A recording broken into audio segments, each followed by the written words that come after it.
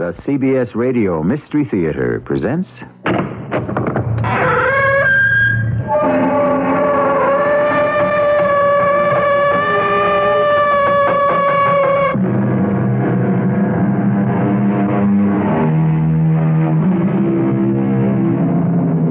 Come in. Welcome. I'm E.G. Marshall. There's a land of the living and a land of the dead. And a steady stream of traffic keeps crossing the border that lies between them. But it's all headed in one direction. And yet, now and then comes word that someone has succeeded in reversing that direction. And we ask ourselves, is it true? Did it happen? Can it happen? There are those who insist we can never know, and others who believe we are about to find out.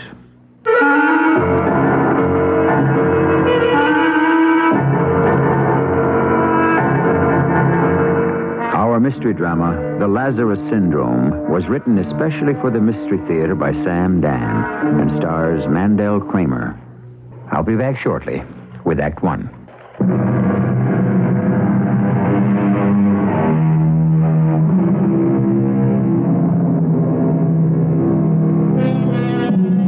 The word senator comes from the Latin senex, and it means an old man. The idea being that the elderly possess the experience and the wisdom to rule. Therefore, if you were old, you were worthy of respect. And being old is the best thing that could happen to you. However, as the Romans would say, o tempora, o mores, how things change. Today, if you're old, you're just not with it. And being old is the worst thing that can happen to you. Youth is what counts. But what's to be done? You have to grow older. That is, if you want to live. May I come in, Mr. Marston? Mrs. Flume. Why, of course. Oh, thank you. I would have had Miss Connor ask if I could see you, but she's on her coffee break, so I thought I'd just pop in. Well, that's quite all right. Well, what's new, Mrs. Flume? Well, I've been fired. What did you say? I've been fired. After 31 years, I've been fired. But that's Who fired you? Mr. Davis. Davis? The office manager, the new one. Why? I don't know. He asked me to come into his office. And then he said to me, Mrs. Flume, the company is dispensing with your services. But he's not supposed to do that. Well, Mr. Marston, his job is to hire and fire people. But he's not supposed to fire you. My goodness, Mrs. Flume, we couldn't run this place if you weren't here. Oh, sir, I know you're very busy, and I didn't want to bother you, but I do need the job. What is this Davis's phone number? 423. Well, Mr. Davis evidently needs to be straightened out. Oh, yes, Davis, this is Perry Marston. Yes. Davis, I understand that you fired Mrs. Flume, the receptionist at the main desk? Yes? Company policy? What company policy? I'm general manager, Davis, and I'm not aware of any such company policy. Well, I tell you that it doesn't exist. Put her back on the payroll. There. Oh, Mr. Marston, how can I ever thank you? You just go back to work, Mrs. Flume, and don't you worry about a thing.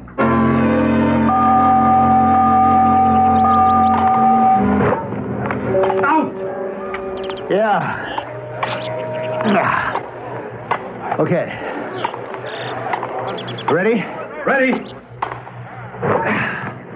Out! Game and set. Yeah, I could see. Hey, say. Oh, boy. What kind of way is that to lose? On your own service. I've been hitting them long all morning. Well, what do you say? How about another set? Huh? Yeah, sure. Why not? Okay. Oh, say, hey, wait a minute. What could I be thinking? We have a meeting with Standard at 1:45. Oh, that's right. Oh, come on, let's sit at the table. We can order a drink, maybe a sandwich, then we can shower and go. Okay? Fine. Oh, there's that waitress. Hey, Mary Lee. 2 club specials for Mr. Marston and me, okay? We can count on being served before Christmas. I wish they'd speed things up around here. Well, I guess it's all part of the old-fashioned charm. Well, times have changed. Tennis used to be an old-fashioned game. Now it's become an up-to-the-minute industry. You know, we ought to get into it. Tennis? We have a clothing company that could be turning out tennis togs. We have a petrochemical division that should be involved in those composition materials they use on tennis courts. Fantastic growth potential. Yeah, I suppose so. You suppose so? Come on. Don't you see it? Well, look, Mr. Gotham. Do you mind calling me George? All right, George. Makes me feel awkward being called Mr. by someone 20 years older than me. 20? Well, actually 24. You're 53. I'm 29. You've come a long way in a short time. Well, that's the world today. It belongs to the young. What were we talking about? Oh, yes. There's fantastic growth potential in tennis for the corporation. Frankly, I don't see where it involves the computer division. You don't? Well, should I? Perry, you're not just general manager of digital systems. You're the head of the digital systems division of the United Marketing Corporation. Come on, your thinking cannot be parochial. Well, yes, but my particular expertise is in the manufacture of computers. United Marketing didn't buy digital systems just because there was a computer company lying around. It's all part of a growth strategy. I understand. And we spent a long time deciding who to keep and who to let go. We decided to keep you. Do you know why? Because I know my job. Yes, but also because you're surprisingly young for your age. Oh, you mean 53 is old? Well, a great many 53-year-olds are too old for United Marketing. Too fat, too stodgy, too deep in a rut. So I was surprised when I saw you. Why? You project a very youthful image. You're in great shape, and you have tremendous vitality. You play terrific tennis, which is the game today. Well, thank you, sir. Our whole culture, our whole economy is geared to youth. We have young values. I guess I never thought about it. I guess I've been too involved with computers. Well, this is an impatient country. It wants instant answers, immediate gratification. And you approve of this? Well, I'm not required to approve or disapprove. Well, what are you required to do? I'm required to earn a profit for our stockholders. Oh. And so are you. We do that by analyzing the market. It's a market that's dominated by youthful thinking. Or so-called thinking. It doesn't matter. You know, I had a little incident today with a personnel manager place. Oh, who's that? Well, you have a fellow named Davis. Oh, yes, Fred Davis. What about? I asked him to fire somebody. What? Davis can't hire or fire anybody above the level of stenographer. Or a typist in mailroom.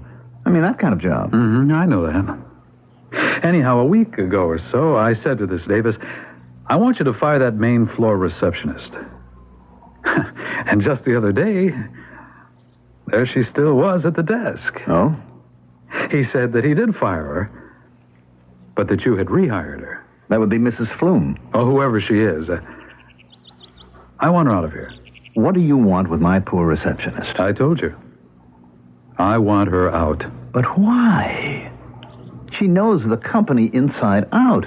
She knows where everybody is, what they're doing. She's courteous. She's efficient. Mm-hmm, that well may be. So what's wrong with her? She's old. Perry, we're selling more than machinery. We're selling an idea.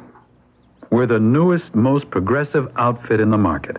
So, you walk in the reception room of Digital Systems, and what's the very first thing you see? Aha! An old lady. Look, she's grown old in the service of this company. She's been paid for it. But she doesn't have a company pension or anything like that. She's been aware of it all these years. Those were the terms of her employment. She accepted them. You're really serious about this? Yes. And you should be, too. Look, she was here before I was. She was sitting out at that desk when I walked in to apply for a job. I understand all that. Look, you're being sentimental. You mean there's no room for that in business? Not really. Perry, I can tell you don't like me. Well, I don't like you right now. But I know how to build up a corporation. I structure it along certain guidelines. I play the game according to certain rules. Your own rules? Of course. But I stick to them, Perry. I'm not a hypocrite. You always know where you stand with me. And where do I stand right now? Well, you won't make an issue of this, will you? I don't know. Look at it this way. We've standardized the decor of all the offices. The same furniture, the same colors. We must have the same look to the people. Bright, good-looking, youthful. Here comes that waitress with lunch. Oh, she sure takes her time. Well, what do you expect? She's over 40. Now, Perry, I know it sounds silly, pointless, even stupid. But you have to have a young receptionist. George, listen to me. This company has been her whole life.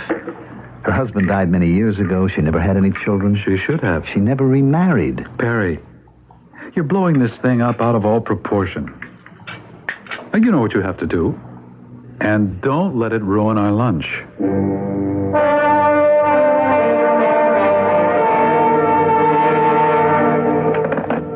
Miss Connor, this note you left on my desk, the one about Mrs. Flume.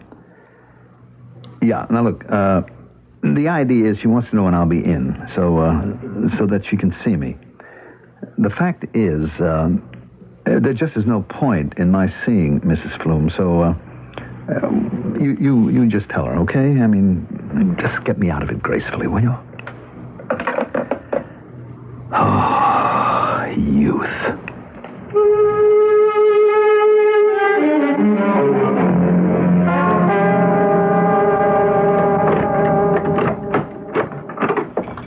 Hi, Abigail, darling. Hi. How do you feel? I feel like having a drink. The doctor says you can have one before dinner every night. Well, I've been looking forward to it all day. It's one of the advantages of having a heart condition. Sometimes. I do not have a heart condition. You were told to watch yourself. We should all watch ourselves. I heard a story about you. I wonder if it's true. No? Because if it is, I shall be very angry. Yes, dear? I understand you've been going to the club every day this week. Of course, that's why we're members. And you've been playing tennis every day. Well, naturally, it's a tennis club. Singles. Well... Oh, Perry, the doctor said you have to cut down. I'm not an invalid. Well, nobody said you weren't. Well, then what's this all about? Dr. Gordon said it would be a good idea if you eased up a bit. You're not getting younger. You happen to be under some very grueling tension. Everything is under control. Perry, you're talking to me. The doctor says the way things are going, you're a good candidate for a cardiac episode, which is another name for a heart attack. I have never had that kind of problem in my life. And hopefully you never will. Dr. Gordon laid down a set of rules. You're playing 2 and 3 sets at lunchtime. Singles. Hard, tough matches. With George Gotham? Oh, Perry, he's half your age. Well... Pick it up.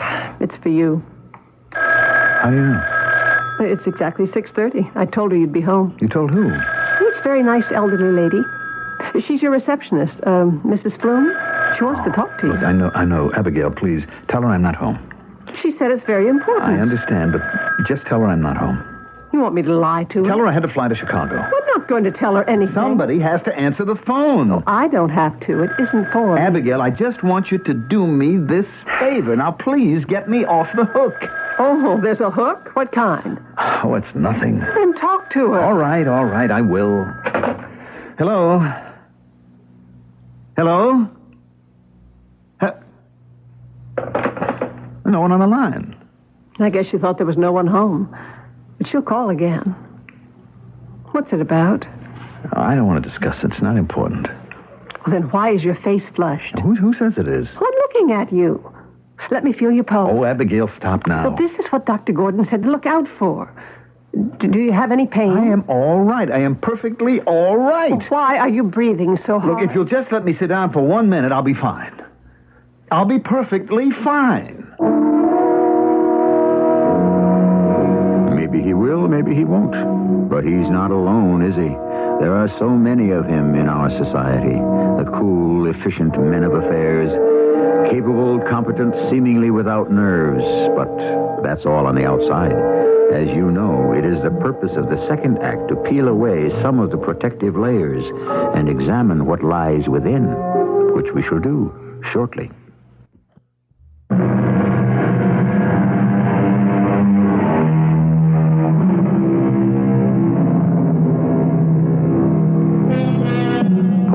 The philosophers, the romantics have made quite a mystery of the heart. The heart is the seat of life, the source of love. The heart is the inspiration for mankind's most tender sentiments, perhaps. But the physical fact is the heart is just a mass of tough muscle. All that the heart is supposed to do is beat, and it will if you treat it right, for years and years and years. Well, you had this chest pain. Well, it really wasn't much of a pain, Doctor. It was, kind of more on the left arm, but it lasted for, I don't know, maybe a couple of minutes, And then it was over. I felt fine. Well, you're all right now. Your EKG is normal. Well, that's good. You know what I think? I think it was some kind of indigestion. Yeah, that's what you think, Perry. But you came here to find out what I think. Well, the reason I say this is because I had a pretty heavy lunch, and it just didn't seem to sit very well. If you had a heavy lunch, you probably broke your diet. You see, that's going to be another problem. You had what a layman would call a heart attack. Oh, now, Doc. Oh, it was very mild. But we're getting there. Getting where? Well, I guess you would say nowhere. A very big nowhere. Now, look, Doc, I know I have to watch myself. Then why don't you? I mean, you're not losing weight. You're pushing yourself. Abigail tells me you play too much tennis. And you're under a terrible nervous strain. Well, you see, my company was swallowed up in a big merger. And we're on a youth kick. Well, what does that mean? Well, I mean, look at us, huh? You and me. We're both in our early 50s. Now, you're considered to be at the very peak, the height of your ability and earning power. Me? I have to scratch and scramble to hold my job. There's something wrong with that. Well, don't look at me. I didn't set up the rules. Well, I can only tell you one thing. Your heart doesn't care about your business problems. It has to be treated right.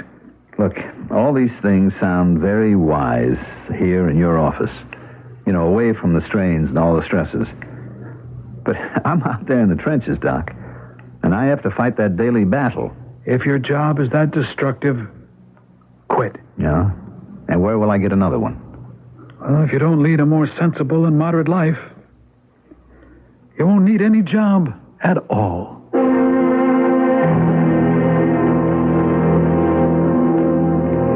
Say, Perry, have you got a minute? Sure. Come in. Sit down.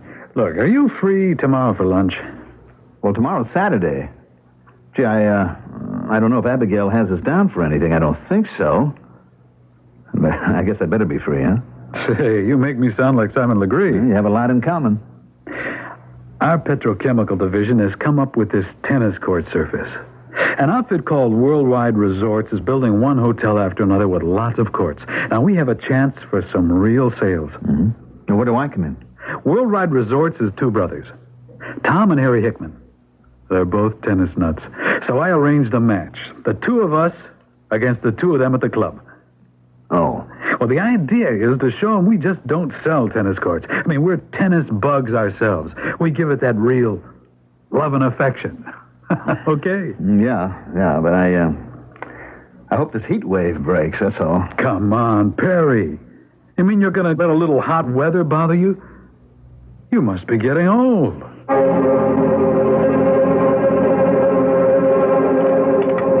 Good morning. Breakfast? Just coffee. That won't be much of a breakfast. I'm on a diet, It says here in the paper today's going to be a scorcher. In the 90s and humid. Yeah, it feels like it. You going to play? I suppose so. Oh, I can't imagine that anyone would want to play tennis in this heat. Well, it won't be too bad. Okay, I won't say another word. Look, Abigail. Yes, what is it? This is a business date, really. I don't want to know. What's in it for me if I keep nagging and nagging? Well, you're right, but, there are certain situations. Wait a minute. What? Oh, no. What's the matter? What's wrong? That poor old lady. Who? Mrs. Flume, your receptionist. What's wrong with Mrs. Flume? I can't believe what I'm reading here in the morning paper. She's dead. She's dead? Mrs. Abigail Flume, age 67, widow of the late Walter Flume, died last night of what police say was a massive overdose of sleeping pills. Oh. Mrs. Flume lived in a furnished room at 7 Tell Street. Her landlady says Mrs. Flume was severely depressed by the loss of her job with digital systems. Mrs. Flume leaves no survivors. She was 67. Yeah. A summation of a lifetime. She leaves no survivors. How lonely she must have been. How well did you know her, Perry? Oh, well, she was just a receptionist. Oh, but for such a long time. Didn't you ever get to, have a talk? Well, no. I mean, she was just a receptionist. So it would be good morning and good evening. Why do you suppose she kept phoning you? Oh, I don't know. I don't have the faintest idea. And why didn't you want to talk to her? I don't know. Maybe she wanted me to intercede for her so she could keep her job. Couldn't you? Well, it wouldn't have done any good, Abigail. We have this mandatory retirement plan at the company. I didn't know you had a retirement plan at the company. Well, we're talking about it. Oh, poor woman. Well, I mean, what could she expect? Perry. I mean, nobody asked her to make the company her whole life. She should have found some other things, some other people to fill her days. I mean, the woman was stupid. Perry, she's dead. Well, does that endow her with some kind of nobility? Well, why are you so angry? I'm not angry. I'm not. I have to make a phone call. Well, who are you calling?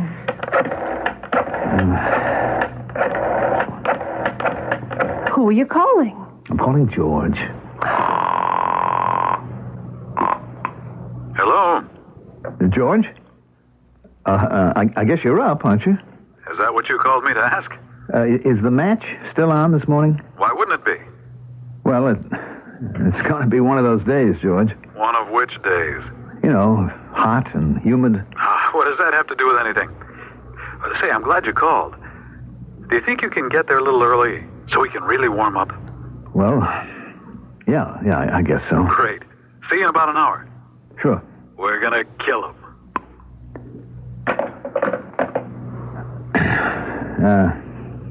Maybe I'll have another cup of coffee. I had a long talk with Dr. Gordon. Now, look, honey. And you know what he told me? He said that there was no reason why I should develop a condition myself. All I could do was take a rational position. On a day like this, you have no business doing anything but relaxing. Honey, I just don't want to argue about it. Darling, we're never going to argue about anything. This thing is complicated, Abigail.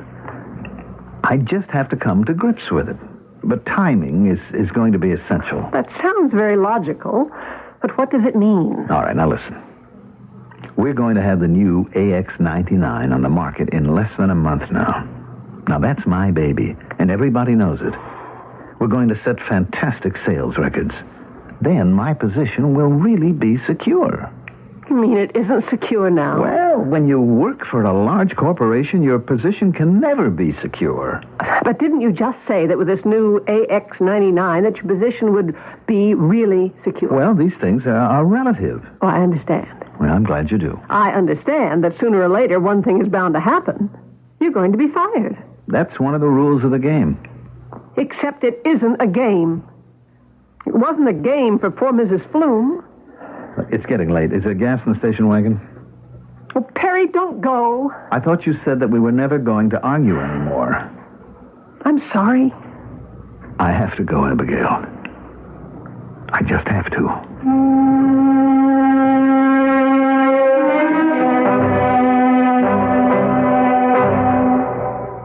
Hey, great. Bright and early. Come on, let's hit a few. Okay. Oh, listen. Did you see the paper this morning? About that lady, Mrs. Flume? Yeah. It's too bad. Jerry Thorpe. He's our corporate PR guy. He's going to fix that up.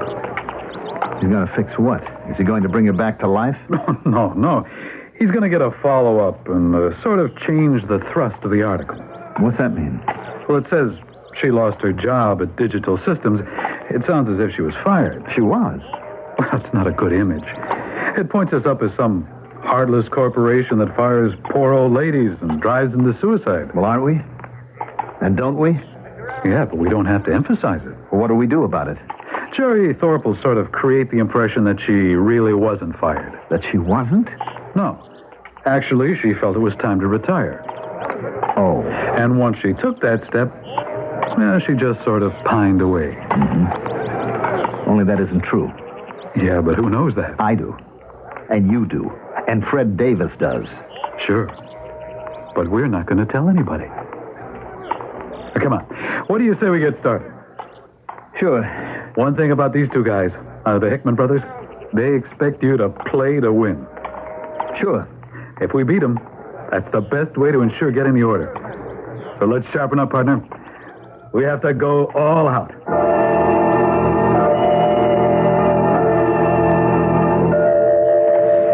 Hey, that's doing it. That's moving around the court. Hey, let me hit a few to your deep backhand. Be here any minute. Hey, you want to bang in a couple of serves? Yeah. All right. Okay, go ahead. I'm ready. Okay. Hey, Perry, what's the matter? Hey, is something wrong? Hey, you want a drink of water? Oh. Hey, Perry. Oh. Perry. Hey, for crying out loud. Hey, somebody get a doctor. Perry, what is it? Chest. I can't. It's my heart. I'm having an attack. Hey, Perry, you can't do that. Somebody get Rogers out here. He knows that CPR stuff. Get an ambulance. I don't want to die. What is it, Perry? What is it? Harry, I don't want to die. Somebody help me. This pain, I can't take it. Do something. Somebody do something.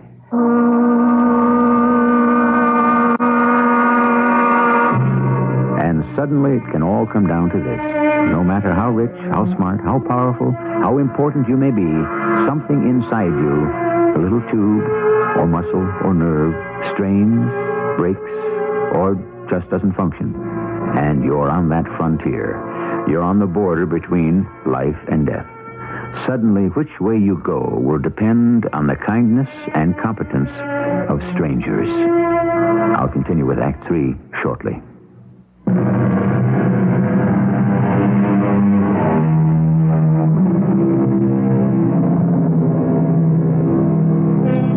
There is the outer man, and there is the inner man, or perhaps we should say person. The outer person is the familiar one, the recognizable one. What are we inside but an incredibly complex arrangement of bones, muscles, nerves? Inside each of us is the most complicated mass of machinery ever created. You would think most of us would take better care of it. This is 14. I got a code here. I'm bringing him in, cardiac arrest. The pain. It's so hard. You shouldn't try to talk, Perry. I'm dying. I know I'm dying. Just take it easy. Don't try to say anything. It's so dark. So dark. Why is it so dark? Hey, driver, can't you move this thing faster? Dr. Gordon, report to CIU. Dr. Gordon, cardiac intensive care. Report to CIU. It's getting darker. So dark. Let's hook him up, nurse. He's moving his lips. Perry, you're in the emergency room. You just try to relax. Dr. Gordon, I don't think he can hear you. What have they given him? Lidocaine, 110 cc's. I'll give him 50 more. Right. Start the IV flowing. Watch for a reaction to that lidocaine. Yes, doctor. Oxygen. Don't let me die. Don't let me die. What's his blood pressure? I can't see. It's flat. Pressure is flat. He's going on us. Don't say that. Perry, listen to me. He can't hear you, doctor. How do I know he can't? How do you know? Dying. Perry, can you hear me? I can hear you. It's me, Dr. Gordon. I can hear you. Perry, if you can hear me, try to squeeze my finger. Just try. I'm trying, but I can't. don't get her easy. Don't say that. It's slippery. I'm falling away. If we have any chance at all, you'll discourage him. He hears you.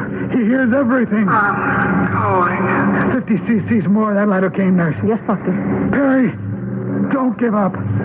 Don't let go. Can you hear me, Perry? Don't give up. Hold on. Hold on. I'm falling. I'm falling.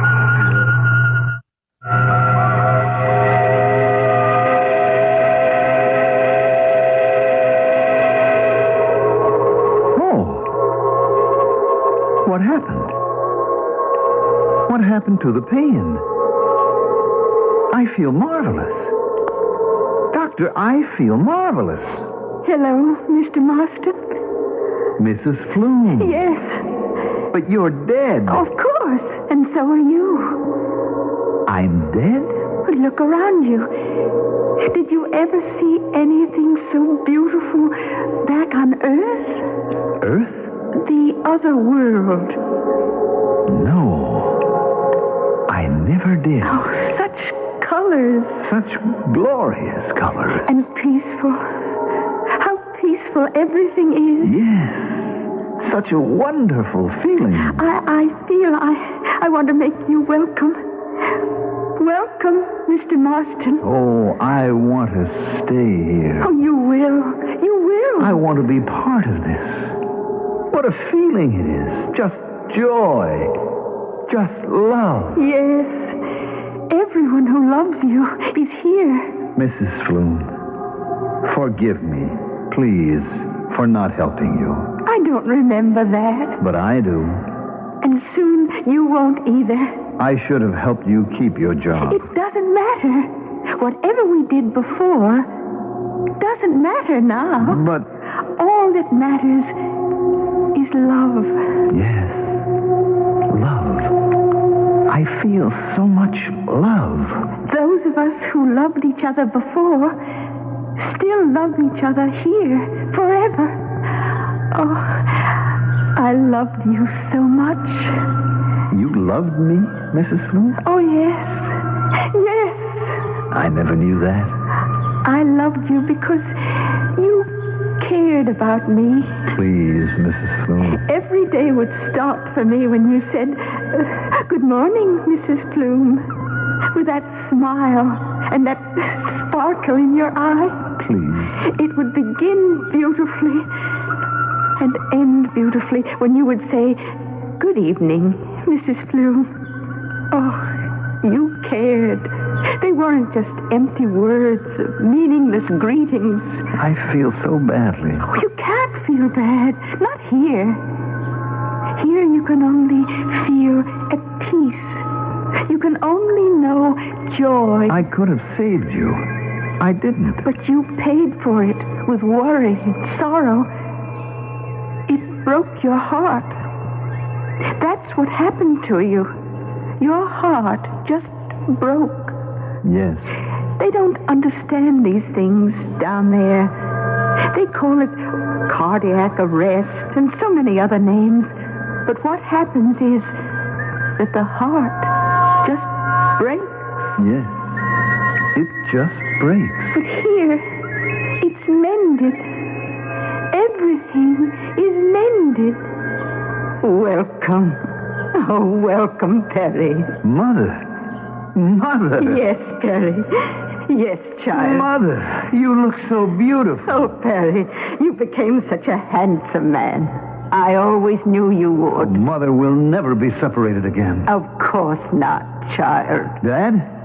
Dad, is that you? Yes, Perry. Yes, son. Dad, I never even knew you down there. I never really knew you either. You were killed in the war. Was I? I don't remember. Yes, Dad. It was such a long time ago. We have so much to talk about. We have forever, son. It's so good to see you. It's so good to be here with you. Will Abigail be here? Will my wife come here, too? Oh, yes. One day. Then it will be complete. What have I done to deserve this? You've been a good kind human being. Well, I tried to be. I tried. Give him the lidocaine right now. Who's that? I'm getting a pulse. Who's that? Mother? Mother, where are you? I'm here, Perry. Here. Mother, something is pulling me away.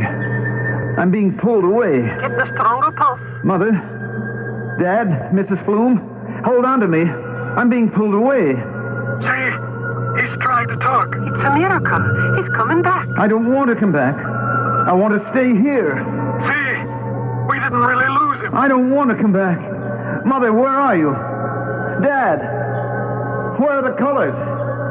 And the music? And the warm, glorious feeling? Where is it? Where is it? More oxygen, that's it. He's coming around. He's coming around.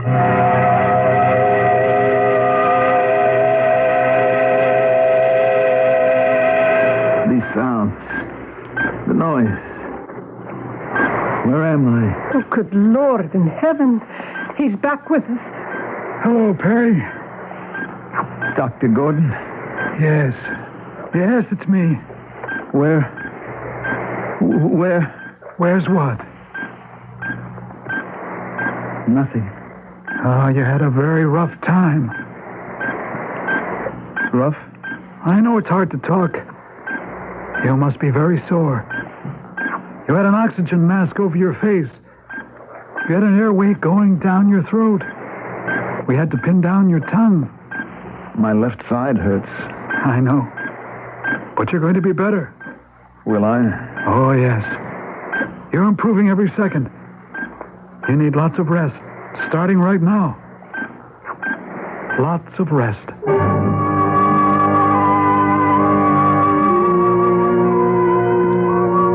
Hi, dearest. How do you feel? No. Pretty good. George Gotham was here. Was he? Wants to know when you're coming back. Mm-hmm. He has to reschedule that match with the Hickman brothers. Yeah. You know, I was in the emergency with you while you were being worked on. I thought you were. They called me from the hospital. But by the time I got there, you were out. Yeah. I even heard some of the nurses saying you were dead. I know. I heard them. I thought you were dead, too. Did you? Yes. In that room, there are all kinds of things going on, beeping and beating and pumping and whatnot. I know. Everything kept going downhill, getting weaker and fainter. And then suddenly, for a moment, everything just stopped. Cold. I remember. How could you remember? That's when the nurse said, we lost him. Oh, but Dr. Gordon, he just kept working. I don't know, injecting, massaging. I could really see. And I had the funniest feeling. Ask me what it was. What was it? I had this feeling you were fighting against it, that you were resisting it. You didn't want to come back. Is that true? Yes. And it wasn't my imagination? No. I was dead. I'm sure I was dead. And I was in this absolutely magnificent place. What sort of place? How do you picture heaven? Oh, just a glorious... I don't know. And I met my mother and my father and Mrs. Flume. I'll tell this to you, Abigail, but to no one else. I was really dead. Dead? I was dead. You have to believe me. You may have thought you were dead. No. I don't say a thing like that lightly. I was dead. Try to believe me. All right, I'll try. And for some reason, I came back. What reason? Maybe I was sent back. Sent back? Why? I went to a place where it was all love. Everything was love. I mean, here, that kind of love has... Well, it's just become rare. I might have been sent back to help encourage that kind of love and create more of it. Can you believe that? Yes, I can believe that. Would you help me? Like to try? No, there's nothing very big or very difficult about it. We just have to live at peace with everyone around us. That shouldn't be too hard to do. Even if it is, we have to try. There once was a man named Lazarus. He came back from the dead.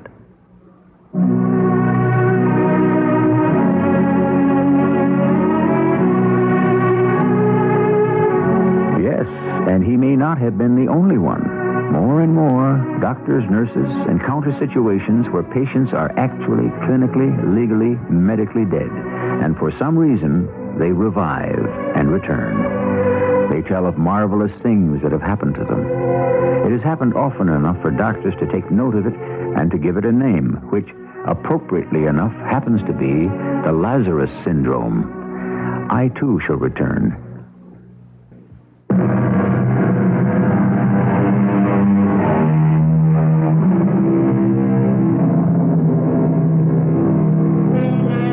What is life and what is death?